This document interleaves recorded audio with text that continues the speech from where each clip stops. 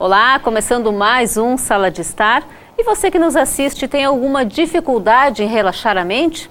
Pois saiba que isso não é um privilégio só seu. Muitas pessoas também sentem essa dificuldade, pois esse sintoma tem nome e faz parte da condição de vida moderna que hoje nós levamos. É sobre este assunto que nós vamos estar falando aqui no Sala de Estar, a Síndrome do Pensamento Acelerado. É aqui na Unicruz TV, depois do intervalo.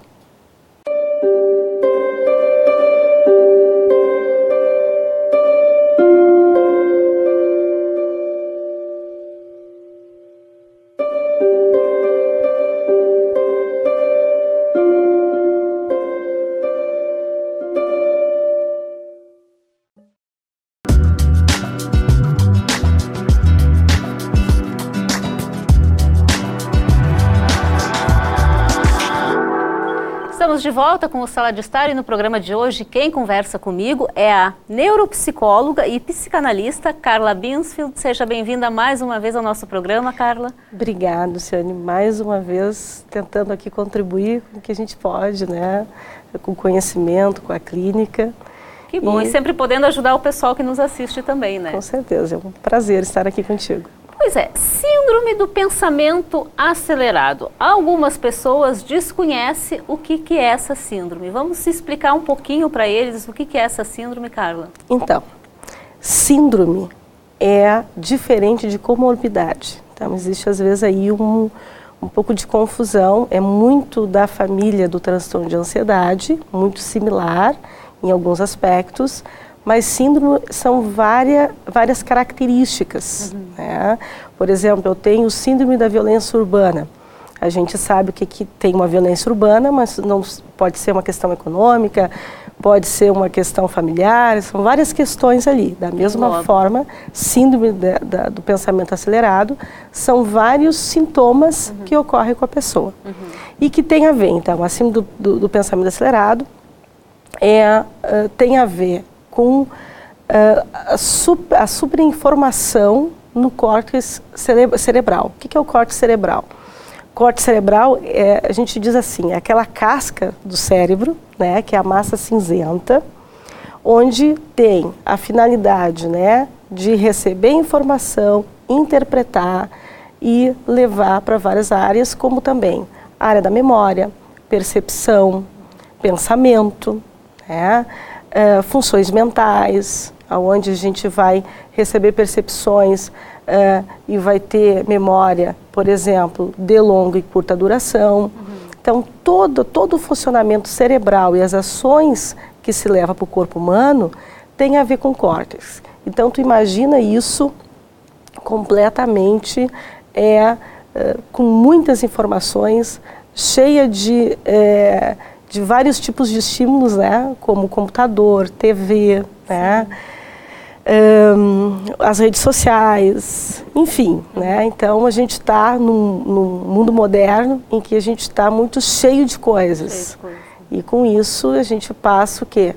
Pensando Mas e não desconectando. Ela é nova porque assim, ó, há 10 anos atrás não se ouvia falar nessa síndrome do pensamento acelerado. Desde quando que ela começou a se fazer presente em consultórios, em clínicas, porque há tempos atrás não se ouvia falar dela. Hoje ela já vem sendo mais conhecida, né, e as pessoas também estão buscando informações a respeito dela.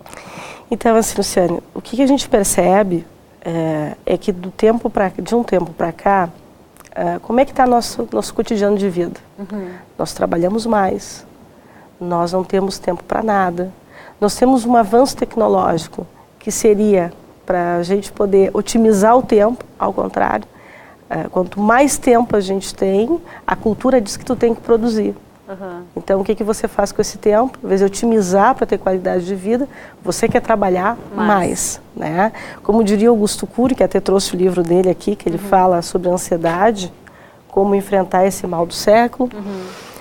Ele diz isso assim, bom, que a civilização está caminhando para uma outra dimensão, né, que é a dimensão do mal. Que vai acontecer que tu vai ter daqui um pouco o mais rico no cemitério e os mais ricos no hospital psiquiátrico, né? Então achei assim esse recorte fantástico, porque é bem isso, né? O sistema te leva ao consumo, que te leva à produção e que tu fica sem tempo para nada. Sim. E logo tu não desconecta com o mundo, né? Você fica o tempo todo ali pensando o que você vai fazer amanhã, depois, daqui um pouco. É que nem assim, agora eu estou aqui, né? Então eu tenho que estar aqui te olhando, eu não tenho que estar pensando que meu celular tem 10 ligações, né, que eu tenho mais 5, 6 agendas. Não, eu estou aqui contigo. Então se alguém pensar um pouquinho em casa, o quanto está presente com a pessoa, com a esposa, com os filhos, no trabalho mesmo, quanto consegue isso de curtir esse momento, né? Tá inteiro. Tá inteiro. Agora, se você não consegue, aí você já está entrando nesse sintoma que é do mundo contemporâneo, que todos nós estamos inseridos, né? Sim. Então, vários profissionais.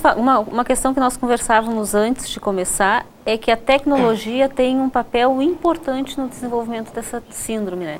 E tu me falavas antes a respeito das redes sociais. Hoje existe um excesso de acesso a todas as redes sociais. Tem pessoas que passam assim a noite inteira numa rede social, clicando, né, de um lado para o outro, curtindo, comentando, né? E isso estimula muito as pessoas, né? Deixa o cérebro em uma atividade, em uma hiperatividade. E é difícil acalmar isso, né? Só que as pessoas também têm o hábito de quando chegam em casa de não conseguir se desconectar. Isso é difícil, né? Mas ao mesmo tempo, tu tem um acesso a uma tecnologia fantástica e que tu também quer usar. Como lidar com esses contrapontos? Exatamente. O que acontece, né? É muito mais fácil você falar pelo WhatsApp alguma coisa para o teu marido, para a esposa ou para o teu filho, do que falar pessoalmente, né? Eu escutava um paciente dizendo assim, não, a senhora pode deixar que eu vou falar com ela, vou mandar uma carta pelo WhatsApp, porque aí ela não vai gritar comigo, né? Então, claro que a gente diz, nunca, nada substitui a presença, o olhar, o afeto, né? Então, assim, é mais ou menos isso. A tecnologia, ela está mal utilizada, né? Mas, ao mesmo tempo, por que ela está mal utilizada? Ela está mal utilizada porque o mercado nos traz o quê? Você chega lá de noite, está cansada, eu não tenho tempo de ir em loja. Se não me leva alguma coisa no consultório, eu vou para a internet, né? Você também não deve ter. Então, você tem lá uma gama de oportunidades de comprar roupa, né? Você resolve tudo pela internet, você não precisa ir no banco, você resolve ali, você vai otimizando, né?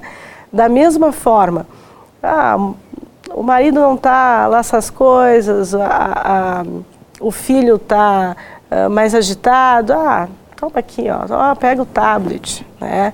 Não vai brincar com a criança, toma aqui, vai brincar, dá para o filho o tablet para jogar o celular. E faz a fuga lá nas redes sociais com as amigas e até outras coisas, até aqueles amores, né, que se tem ali nas redes sociais, que são os elogios que muitas vezes o marido, a mulher não faz em casa. Então tem muitas fugas também por esse viés. E isso nutre a autoestima, né? Exatamente, mas é uma autoestima que é artificial, porque não é verdadeira. Né, não é verdadeira, porque o que a gente é enquanto sujeito? É aquilo que fala, é aquilo que se posiciona, é o diálogo, é como você se posiciona numa rede social, é tudo artificial, né? Então você é perfeito, é que nem na TV, quando você vê um ator, é lindo, maravilhoso, quer dizer, o cara tem mau humor de manhã tanto quanto nós, né? Ou de noite, sei lá, né? Tem as suas dificuldades. Então a tecnologia, sem dúvida, sim, tem um lado bom, tem um lado ruim, e a síndrome veio exatamente junto, paralelo, né? É uma produção desse sintoma contemporâneo, né? Dessa linguagem hoje, que é o quê?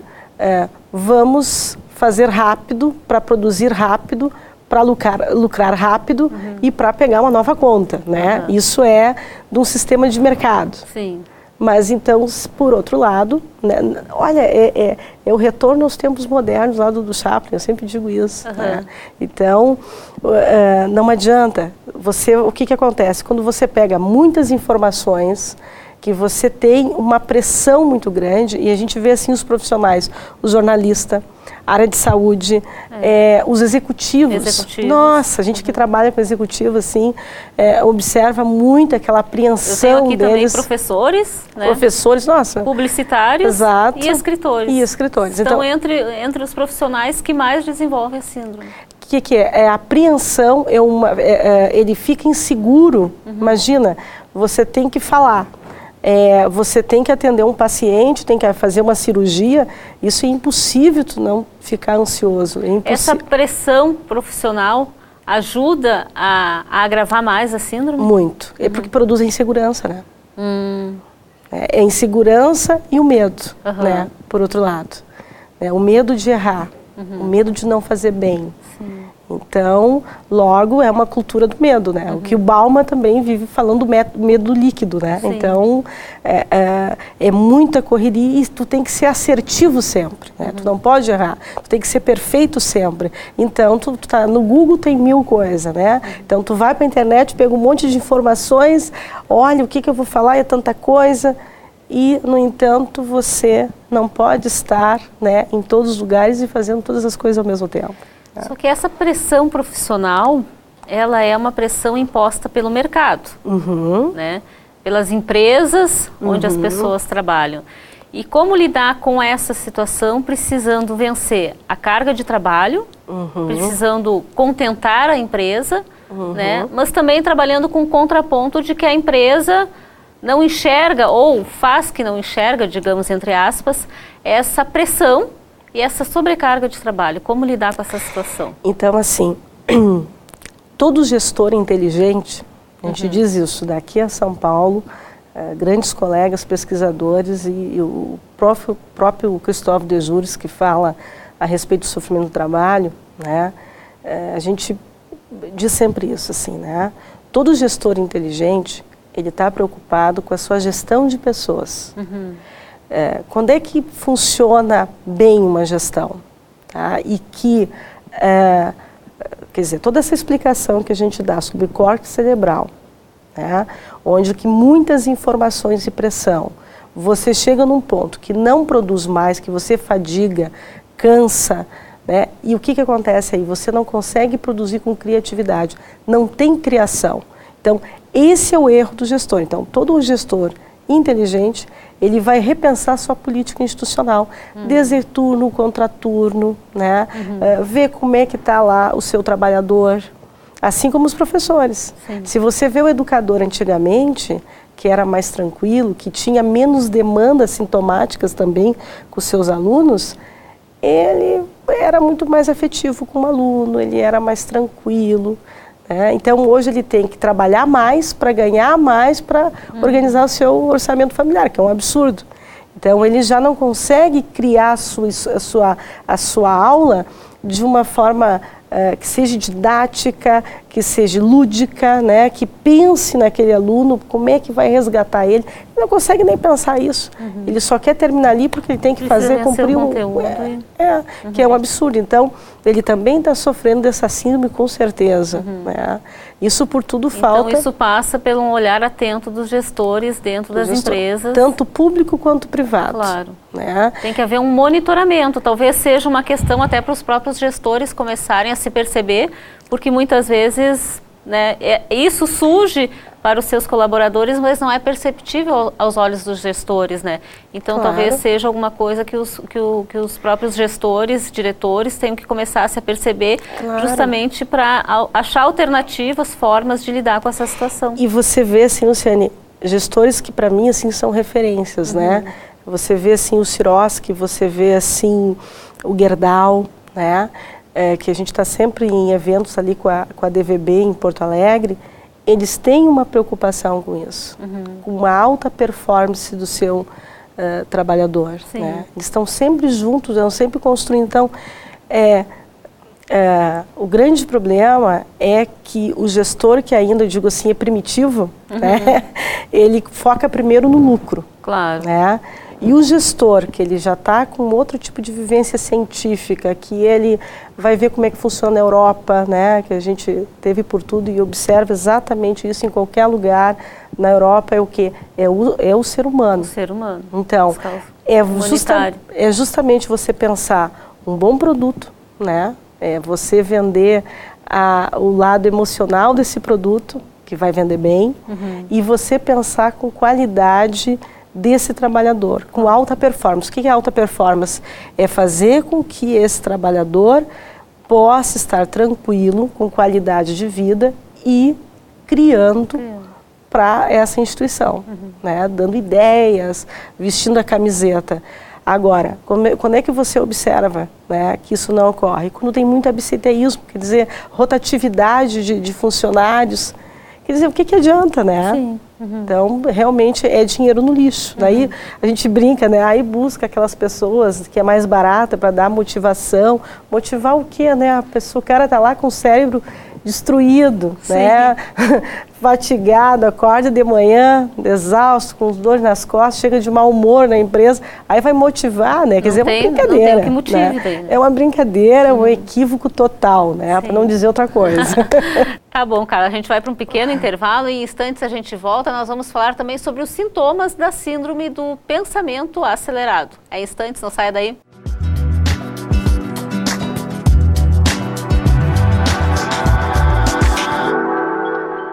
Eu sou Beatriz Alves, tenho 23 anos. Eu sou design gráfica e recentemente eu consegui o emprego dos meus sonhos. Meu nome é Leonardo e eu tenho 20 anos. Eu estou no 8º semestre de engenharia mecânica. E eu amo praticar motocross nas horas vagas com os meus amigos. Eu sou Ana Clara, tenho 22 anos. Estou no 6º semestre de medicina. Sou voluntária no Hospital de Crianças com Câncer. Você sabe o que eles têm em comum? Nenhum deles chegou a nascer. Aborto é crime. Dê uma chance à vida. Uma iniciativa, Ministério da Saúde, SUS e Governo Federal.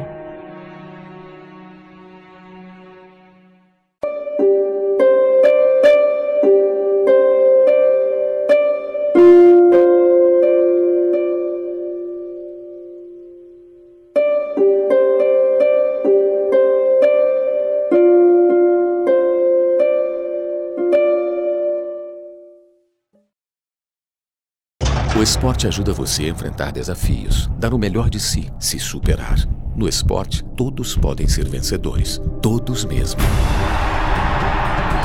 O Governo Federal, com o programa Atleta na Escola, está apoiando a prática de esportes paraolímpicos para estudantes brasileiros. Em parceria com as secretarias estaduais, promoverá o maior evento paradesportivo escolar do país.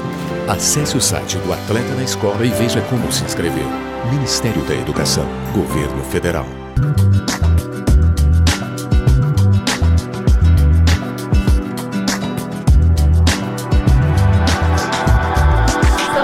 Com o Sala de Estar, no programa de hoje, recebendo a neuropsicóloga e psicanalista Carla Binsfeld. Carla, no primeiro bloco a gente falou sobre questões de como que surgiu essa síndrome, que a tecnologia faz parte, né, do aumento dessa síndrome e está presente na vida das pessoas hoje e não tem como tirá-la, mas é possível também as pessoas aprenderem a lidar com tudo isso. Né? É possível dar algumas dicas para o pessoal lá de casa de como lidar com essa situação, por exemplo. As pessoas que chegam em casa têm o costume de ficar sempre no celular, né? Coisas que possam ajudar a não chegar perto dessa síndrome, se é que isso é possível. Então, né? Primeira coisa, assim, é para a pessoa tentar olhar para si mesma e observar se está com dificuldade de dormir, se tem humor flutuante. Esses são os principais sintomas da síndrome. Déficit da atenção, criança que está muito no computador, não tem limite e muito confundido com hiperatividade, que isso dá um tema assim enorme, e aí já vão medicar, e na verdade é falta de limite e organização dos pais, né? Então tem muita confusão também. Tu vai ver uma criança mais hiperativa como uma pessoa adulta também mais hiperativa. Aquela sensação de que não vai dar tempo, né? Aquele sofrimento por antecipação o tempo todo.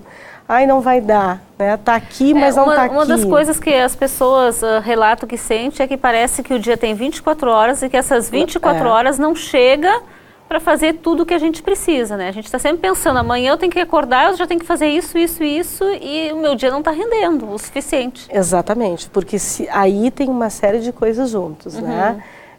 A gente tem que ter muita cautela daquilo que também é estrutural, né? Ou seja, a pessoa está se tamponando com as coisas, né? Tá, como se diz, está completando os seus buracos e não sabe lidar com as suas faltas, né?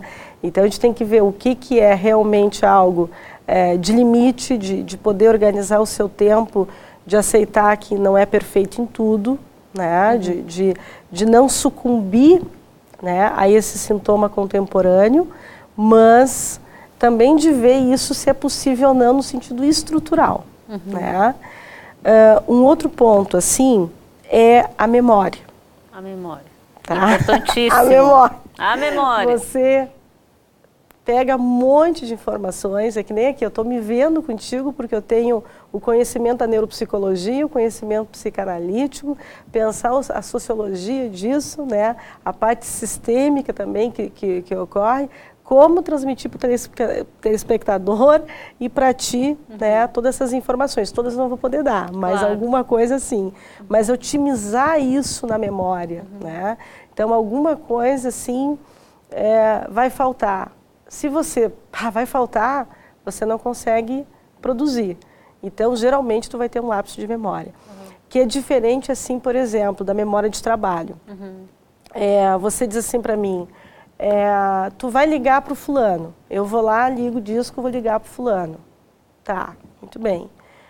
Aí não conseguiu falar com o fulano. Aí o que acontece? Liga de novo. Eu não sei mais esse número. Deletou. Por que eu deletei? Porque não é para mim gravar na minha memória, na minha caixinha lá. Sim. Não é importante. Então, tem que ter um cuidado, que às vezes as pessoas chegam dizendo, olha, eu estou com um problema sério de memória. Não é tudo, então. Não é tudo. Então, tem que ter cautela, porque tem coisas que é deletivo mesmo. Claro. Né? Tem coisas que eu vou usar a agenda do telefone, né? Ou a agenda convencional, né?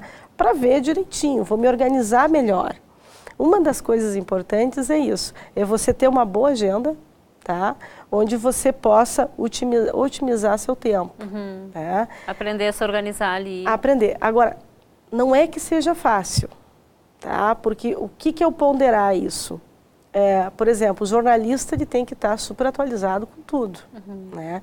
Então, ele vai ter que ter uma hora do dia que ele vai ter que sentar, pegar as informações daquele dia e deixar lá um assessor, alguém, se entrar alguma coisa diferente a esse tema, muito bem, tu passa para mim que eu fico sabendo. Enquanto isso, você vai fazendo as suas coisas, suas rotinas. Então, é poder equilibrar, né? Cuidar da respiração, fazer uma boa ginástica. Eu ia te perguntar se a atividade física seria uma boa opção, né, para desestressar, para poder relaxar, né? Porque a gente muitas vezes sai para fazer atividade física com o celular. Não pode. Pois é. É uma das coisas assim que eu tenho aprendido muito, porque eu também, né, me excedi um pouco, eu aprendi muito sobre esse tema, assim, né? Por isso que quando você falou de risada, porque na pesquisa mesmo da neuropsicologia eu dizia assim, nossa, lá no Clínicas eu estava, gente, eu acho que eu estou demenciando. Daí as minhas colegas, Carla, também, né? Sim. Porque a gente se enche de coisas, né? E aí eu comecei a perceber, assim, que tem que tirar todos os tipos de estímulos para dormir. Eu dormia com a televisão ligada, agora, né, procurando não dormir, mas é um vício, quando eu dou uma resveladinha, né? O celular do lado da cama, né? Deixar mais lá no vibratório, não toda hora, porque o WhatsApp está sempre lá, tem o grupo disso, o grupo daquilo, está sempre pitando, aí tu não dorme bem. Né? Um bom sono previne muitas coisas, né? E isso altera o sono também. Isso altera muito o sono. É uma das coisas, assim, você não consegue dormir. Aquela pessoa que produziu, chega de noite, vira para o lado, vira para o outro. Quem não passou por isso já, né? Sim. E amanhã tem uma entrevista, amanhã tem alguma coisa para falar, amanhã tem um atendimento diferenciado que tu tem que estar lá, impecável, né? E aí tu não consegue. Às vezes, aí sim, é necessário medicar. Né? Então, assim, quando começa uma perda mesmo de memória, aí já vai para a linha de uma comorbidade. Então, você pode começar a adoecer. Muito estímulo, tá?